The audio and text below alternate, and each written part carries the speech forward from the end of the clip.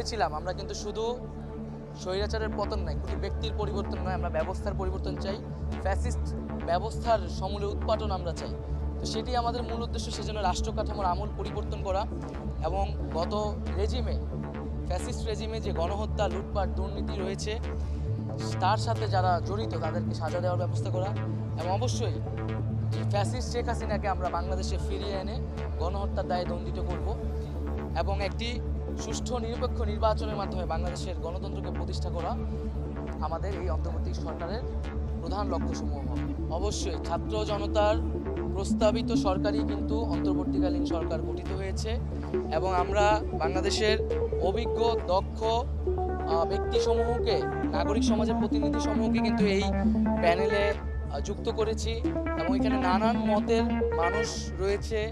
এবং পুরো বাংলাদেশকে প্রতিনিধিত্ব করার মতো কিন্তু একটি অন্তর্বর্তীকালীন সরকার আমরা মনে করি গঠিত হয়েছে। অভিজ্ঞতার সাথে তারুণ্যের সংমিশ্রণ ঘটেছে এবং বৈষম্যবিরোধী ছাত্র আন্দোলন তথা এই অভ্যুত্থানকারী